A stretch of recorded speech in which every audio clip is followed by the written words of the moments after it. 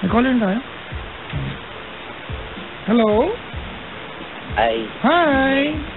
Good evening. Pangalan? Thomas po. Thomas, you're calling from? I'm in Paranaque. I just parked my car here in Paranaque. Social! Di ba? But I'm from Cainta. Cainta. Pero ay galing ako Paranaque. Alright. So nakachamba, so park lang muna. Okay, sige. Are you on loudspeaker or earphones? No, I'm using my handset. I mean, I'm holding my phone. Handheld siya.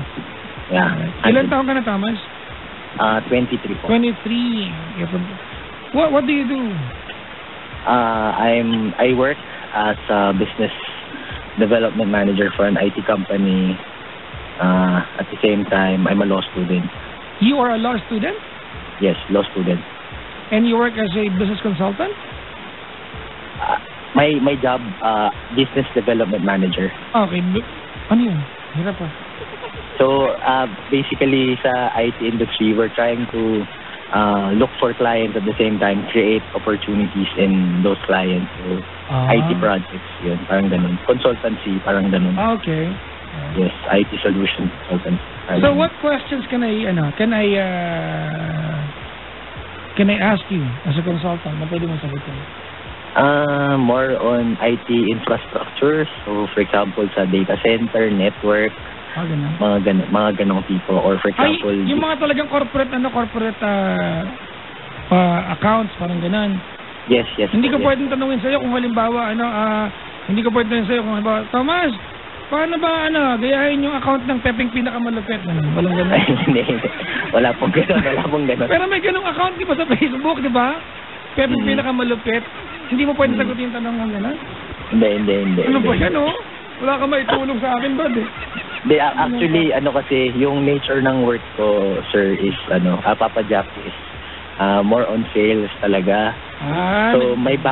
So, yung mga knowledge ko sa IT, I just learned it through training. Pero, IT, as a college degree, hindi talaga ako IT person. So, kinuha ko lang tong work na to para at least medyo okay na pay para makapag-aral. Parang ganun. Oo. May tanong pa ako.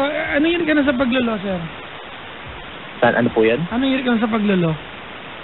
Kaka-start ko lang po, first year. So, alam mo na kung saan nang galing ang Miranda rights? Ay, hindi ko pa alam. Ano ba yan, Talaga? Gusto ko malaman yan.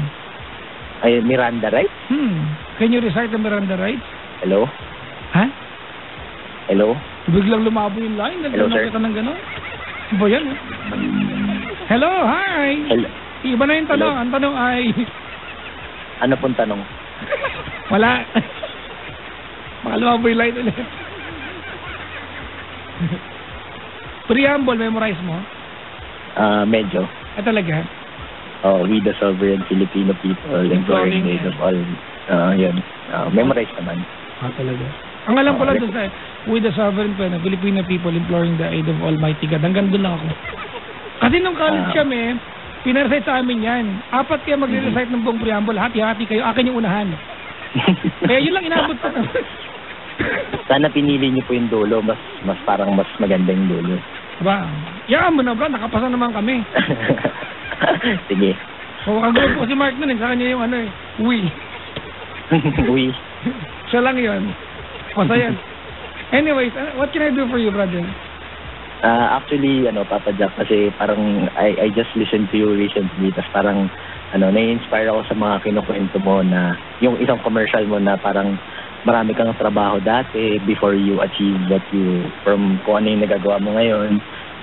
So, parang yung question, hello? I'm here. I was scratching my back. Yeah.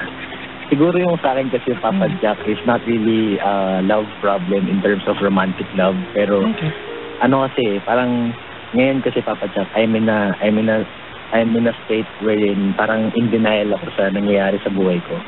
Na parang ito yung nangyayari pero hindi ito yung gusto kong mangyari. Okay. Parang kasi gusto ko sana mag-aral lang, ayoko magtrabaho, parang hindi kasi ito yung pinangako sa akin, hindi kasi ito yung dinrawing ng mga magulang ko sa akin dati. ngayon naman nag-a-adapt ko sa kung ano na yung reality. Parang may times pa rin na kapag napapagod, kapag na-frustrate, parang, alam mo yun, parang parang I tend to blame my parents, specifically my dad. Dahil okay, wait lang. Okay, let's not talk about ano muna yung what do you think. I wanna know what do you... Sorry, diba? I was able to catch that, sir. Okay. Huwag mo natin pag-usapan kung ano ba ang palagay mo sa meron ka ngayon. Diba? Ang pag-usapan natin, ano ba ang meron ka ngayon? Ngayon kasi, nag-aaral ako, okay. May trabaho ako, pero parang may mga time kasi na parang may mga responsibilities ako na parang naiinis ako. Bakit ba? Parang hindi pa ako ready pero andito na ako. Parang ganun. Okay. Nabanggit mo kanina, hindi yan yung inasahan mong buhay as compared to what your parents promised you. Tama? Yes po. Okay. Gaano ba kalayo yung buhay mo dun sa napangako ng magulang mo sa'yo? Kung masusunod yung yung pinangako ng magulang mo sa'yo, ano ba dapat ginagawa mo ngayon? Pagka natuloy yun, dapat nag-aaral lang ako. Plain law student. Sana nag-start ako noon pa, 2 years ago, pagka-graduate ko. So ano nangyari? Bakit binibigay ng magulang mo yung pinangako sa'yo? Nagwala yung parents ko, tapos parang yung dad has stopped giving okay, pakilakas. Naghiwalay yung mga magulang ko, tapos yung dad ko, nag-stop siya magbigay ng financial support sa amin. So, asan na yung dad mo ngayon? I have no idea, sir. Alright. Kailan siya naghiwalay? 2013. 2013, so 3 years ago. Hindi kaya sinamahan tatay mo si Sasha, yung color ko kanina. Hindi, kailan ba yung election ng mga senator? 2013 nga, 2013. Okay. Si Dennis pala, sorry. Okay. So, ilang kayo magkakapatid, sir? 3 po. 3? Ikaw panganay? Hindi. Pangalawa ako. Pero ako yung only boy. Okay. Kamusta yung dalawa?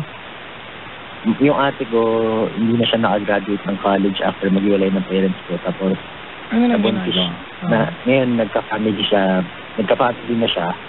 Tapos, yung younger sister ko naman, my mom and I, we're helping, I'm helping my mom to send my younger sister to school. Okay. So, 3rd year college na siya. Mga kaibigan, ito, kanina po yun niya. Thomas, I'm a firm believer that things happen for a reason, It might not make sense as it happens, but someday it will make sense. Hello, Papa Jack. Ano ba yan? Pag nag-English ako, wala.